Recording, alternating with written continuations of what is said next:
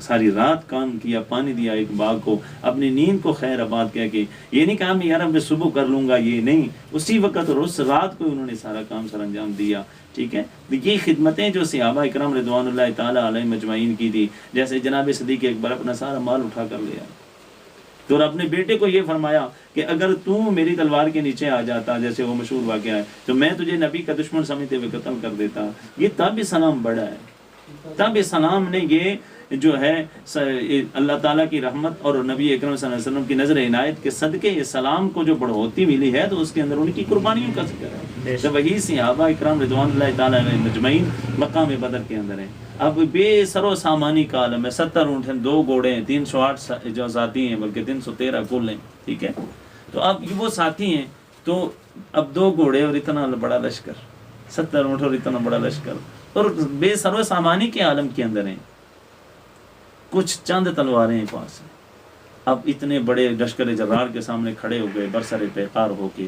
ٹھیک ہے، اور بڑے تو یہ ان لوگوں کی قربانیاں تھیں جن کے سامنے دیکھنے کے اندر کیا تھا، اتنے بڑے لشکر کے سامنے تو بندے کو موت ہی نظر آتی ہے. موت سے گلے لگا دی انہوں نے کہا اسلام کی خاطر، اسلام کی سر بلندی کے لیے، دشمنان اسلام کے لیے لڑنا. وہ سینہ تان کر تیار ہو گئے کہ ہمارا کام لڑنا ہے. تو اللہ تعالیٰ نے زمانے بھر کے مسلمانوں کو دکھا دیا، زمانے بھر کے جو ہے آنکھ بصیرت رکھنے والے لوگوں کو دکھا دیا کہ اللہ ان لوگوں کو فتح دیتا ہے جو اسلام کے طرز پر آتے ہیں. ان کے پاس کچھ ہو نہ ہو، آج ہمارے پاس کیا نہیں ہے، ہم کشمیر کے لیے نہیں کچھ کر سکتے، کہتے ہیں جی ہم لڑ نہیں سکتے. تو ہمیں ان لوگوں سے رہنمائی لینی چاہیے کہ ہمارے پاس تو بہت کچھ ہے، ان کے پاس کچھ بھی نہیں تھا.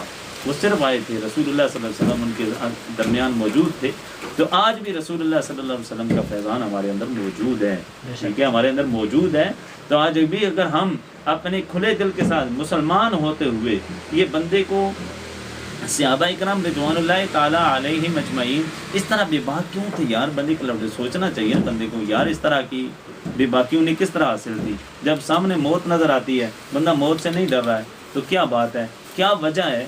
تو یہ ساری چیزیں جو ہیں کس چیز سے ملتی ہیں؟ ایمان سے ملتی ہیں، اسلام سے ملتی. جب انسان کو سچی محبت اسلام سے ہو جائے نا، تب انسان نہ بیٹے قربان کرنے کے لیے جھجکاتا ہے، ٹھیک ہے، نہ مال قربان کرنے کے لیے جھجکاتا ہے. اور ایک اور مشہور واقعہ ہے نا، وہ معاذ اور معوذ والا. معاذ اور معوذ دو چھوٹے چھوٹے ملے. حضور نے فرمایا کہ اب تو اس قابل ہی نہیں ہے لڑ سکیں. لیکن اس صحابیہ کی محبت دیکھیں، اس کا شوہر نہیں تھا، اس کا شوہر ہے کہ میری طرف سے کوئی لڑنے کے لیے نہیں گیا، اسلام کے لیے. ٹھیک ہے، میری طرف سے لڑنے کے لیے اسلام کے لیے کوئی نہیں گیا. اس نے کہا میرے چھوٹے بچے ہیں بیٹا تم ہی چلے جاؤ اسلام کی سربلندی کے لیے. یہ خدمتیں ہیں کہ وہ مائیں بیٹے جوان کرتی تھی، کس لیے؟ اسلام کی سربلندی کے لیے. تو آج بیٹا جوان ہوتا ہے ڈاکٹر بن جائے گا، آج انجینئر بن جائے گا. تو یہ اگر ایک ڈاکٹر یا انجینئر بنے گا تو بولو وہ اسلام کی خدمت کیا کرے گا؟ اسلام کیسے سربلند ہوگا؟ وہ تو ڈاکٹر بن گیا، انجینئر بن گیا، اسلام کیسے بنے؟ وہ ماں جس کے بچے 2 ننھے منھے بالغ بھی نہیں ہوئے، وہ اسلام کی خدمت کے لیے اس نے یا رسول اللہ میرے پاس یہ مانتے ہیں، یہ لے لیجیے.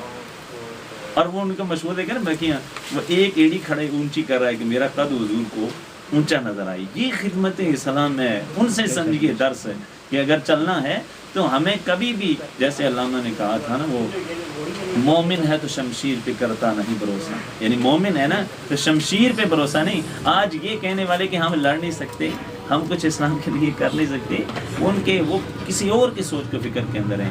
جو صحابہ اکرام یا اسلام کی سوچ یہ ہے کہ ہمیں اللہ تعالیٰ عزت دے گا اپنے فضل اور کرم کے ساتھ، اپنی رحمت کے ساتھ، اخلاص کے ساتھ. جب ہم اسلام کے لیے اٹھیں گے لڑیں گے تو اللہ تعالیٰ ہمیں عزت دے گا. تو آج کے دن کا یہ میسج ہے، سمجھنے والی بات یہی ہے کہ آج وہ صحابہ کرام رضوان اللہ تعالیٰ علیہم اجمعین کی ان قربانیوں سے، اس کے فعل سے یہ سمجھنا چاہیے کہ جو بے سر و سامانی کے عالم کے اندر بدر کے اندر چلے گئے اور اللہ نے اتنی بڑی فتح عطا فرما دی. تو آج بھی ہم اگر وہی نظریہ لے کر کسی بھی مقام کے اندر کودیں گے اسلام کے لیے تو اللہ تعالیٰ پھر ہمیں فتح عطا فرمائے گا. اللہ تعالیٰ ہماری اس کاوش کو قبول و منظور فرما کے اللہ یہ جو میسج ہے اللہ تعالیٰ ہم سب کو اس کو اچھے طریقے سے سمجھنے کی توفیق عطا فرمائے. آمین و ما علیہ.